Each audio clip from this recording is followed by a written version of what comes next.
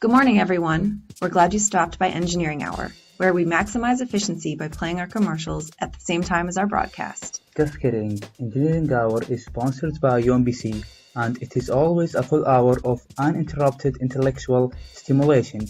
Our show is hosted by Melissa Sampson, Emily Shaltas, and Abdullah Hamshawi. Special thanks to Professor Cassiano for producing our broadcast. Today, we have a very special treat for you. We're bringing back our annual broadcast, Thermo Time. We got a letter last week from a perplexed fellow engineer, which I'd like to read to you now. Engineering Hour. I have to add a cooling system to my plant. My refrigerant is tetrafluoroethane, which evaporates at 20 degrees Fahrenheit and condenses at 80 degrees. I have an evaporator that operates with a heat load of 2,000 BTU per second and a compressor that is 75% efficient. Please let me know what kind of cycle I should use and how much power the compressor will require. Thanks, Confused in Cleveland. Not to worry, Confused in Cleveland, our team will help you find an answer. So let's start with what we know. We know it's a refrigeration cycle, the identity of the fluid, the evaporator heat load, and the compressor efficiency. We need to decide how to set up the cycle schematic and calculate the flow rate of the system before we can start talking about the power requirements. Okay, let's set up a plan of attack. First, we're going to investigate 12 equations of state to possibly use to evaluate the system. We will determine which equations of state are applicable, and eventually we will narrow it down to just one. Next, we'll propose two different cycle schematic possibilities. We'll compare the classical refrigerant cycle to a countercurrent heat exchanger cycle. Third, we'll select a virtual modeling environment into which we can simulate our problem and quickly calculate results for the different equations of state that we feel are applicable. Finally, using our models, we will determine the power output for the compressor for both cycles for each of our equations of state. Once we have all of this information, we will be able to compare the modeled results to experimental results and give you the best cycle option and the equation of state for your system. But before we do anything, we will need to do some research. Confused in Cleveland, we took some time before the show to do some background research on the properties of tetrafluoroethane and which equations of state would be best. That research led to 5 equations of state that are plausible given the context of this problem. For a full explanation of how this final list of 5 equations of state was deduced, please wait for the appendix section at the end of this broadcast. Let's focus our list on Peng Robinson, Redlich Kwong, Van Laars, Lee Kessler, and Ref Prop. We'll be using these 5 equations of state later in the broadcast once we have the models of our system up and running. Next up, let's look into the 2 different cycle schematic possibilities. Just like in school, you've got to understand the basics first. We're going to start with an oldie but a goodie, the classic refrigeration model. This model includes 4 pieces of equipment. Let's start with the evaporator. In the evaporator, heat is added to the refrigerant. The heat added to your system is 2000 BTU per second. In the stream exiting the evaporator, you will now have all vapor at low pressure. Next, the stream enters the compressor. Here the stream is compressed to a much higher pressure and is still in the vapor phase. I can take it the rest of the way. Next we get to the condenser. It's here that the refrigerant condenses back into the liquid phase. With this phase change, the heat that was added to the refrigerant in the evaporator is transferred to the environment. Here, the vapor has been condensed to a liquid, but it's still at a high temperature and pressure. To decrease both of these in the stream, we put it through a throttling valve. This returns the stream to a low pressure and temperature and in liquid form. This liquid then re-enters the evaporator, and the cycle continues over and over. Okay, Melissa, I think we get it. The other cycle option we have is the countercurrent heat exchanger cycle. This is very similar to the classic, but with the addition of a countercurrent heat exchanger. The stream exiting the evaporator enters the cold side of the heat exchanger. The stream exits the heat exchanger slightly warmer, but still at low pressure, and then enters the compressor just like before. Here's another change. The stream exiting the condenser is sent to the hot side of the countercurrent heat exchanger. The stream then exits the exchanger a little colder but still at a high pressure and continues on to the throttling valve, just like before. This configuration allows for some of the heat from the hot side to be absorbed by the cold side. In the models we will be developing, we are going to say that the hot side loses about 10 degrees Fahrenheit across the countercurrent heat exchanger.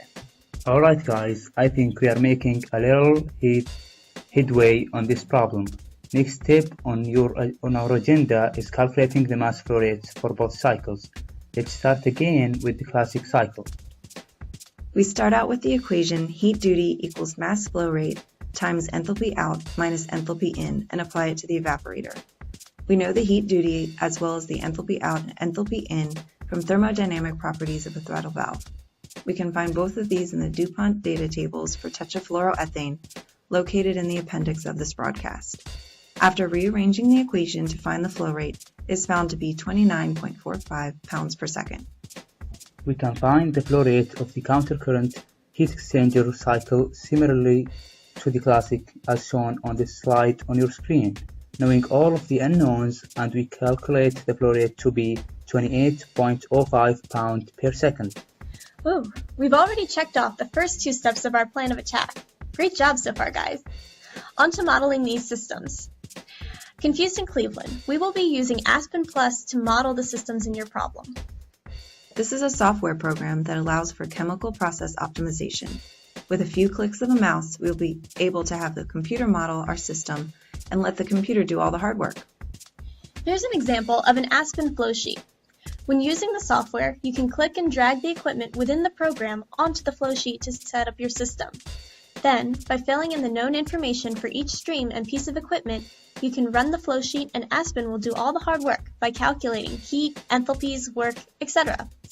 We won't go into details about how we set up the Aspen flow sheets, but feel free to send us a letter if you have additional questions. Alright guys, we are getting close to solving this thing. Remember those 5 equations of state we talked about in the beginning of our broadcast? Well, we are finally going to put them to use. Now that we have all of our research and Aspen prep work done, it's time to run Aspen for each of those equations of state. After running both cycles for each of the equations of state, we came up with the results that are shown on your screen. Wait a minute, they're all a little different, so which one's right? To figure this out, we have to do a couple calculations by hand, using experimental data. Equations of state are great for modeling, but since DuPont has supplied us with experimental data tables for chloroethane, we can use those to find the actual work done by the compressor for each cycle and compare it to the work calculated by the model. Let's figure out the work done by the compressor in the classic model first. We do this by finding the work produced in an isentropic environment first, then dividing by the efficiency of the compressor. With a little help from the DuPont data tables and interpolation, we are able to find the isentropic work and therefore the actual work. The slide shown demonstrates the calculation. For the countercurrent heat exchanger cycle, we need to use a different approach. Unlike before, we don't know the temperature entering the compressor due to the addition of the heat exchanger. Because of this, we cannot use the DuPont data tables directly. First, we have to do a little analysis across the heat exchanger. The heat of the system is 0 in a countercurrent heat exchanger. All of the heat given off by the hot side is absorbed by the cold side. Therefore, heat of the cold side is equal to the negative heat of the hot side. We can find all of the information for the cold side equation shown, so we can solve for the heat absorbed. Then, we relate the heat gained by the cold side to the heat lost by the hot side. We can find everything in this equation now and can solve for the enthalpy of the stream entering the compressor. Now, we can apply the same approach we used in analyzing the classic cycle. The DuPont data tables do not contain all of the enthalpies and entropies needed, so additional interpolation is required. The slide shown demonstrates all of these calculations. If you'd like to revisit these, you can always check out our podcast online. Finally, when comparing the two cycles, there is only a minor disparity in the work completed by the compressor. However, if you want to make the most energy-efficient plant, every bit of power counts. We would recommend using the countercurrent heat exchanger because it minimizes the required power and maximizes the savings in energy costs.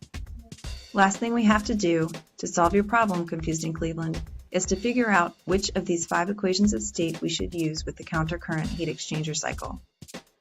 To do this, we are going to compare all of the Aspen model power requirements for all of the 5 equations and run an error analysis on all of them. The one with the lowest error and fits the model the best should be it. I have made up a table that has our 5 equations of state and the error associated with the model power compared to the data.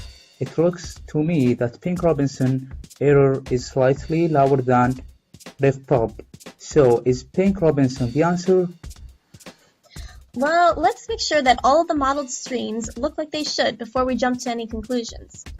We should also first review the properties of each of these 2 equations of state, just to ensure that we're using the right one. Looking at the temperatures of the modeled streams and what we should expect, it looks like RefProp is the better fit. The Pang-Robinson model shows that the temperature leaving the evaporator is less than that entering. This temperature should remain constant, so it doesn't look like it's as good of a fit as we thought.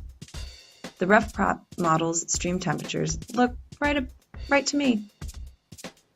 While you guys were checking on the model stream temperature, I went back into the research we did in the beginning of the broadcast and looked at both Pink-Robinson and RefProp. While Pink-Robinson is applicable to vapor liquid equilibrium system like the one we have, RefProp makes more sense to use to me. RefProp was developed by NIST specifically for industrial fluids, including refrigerants.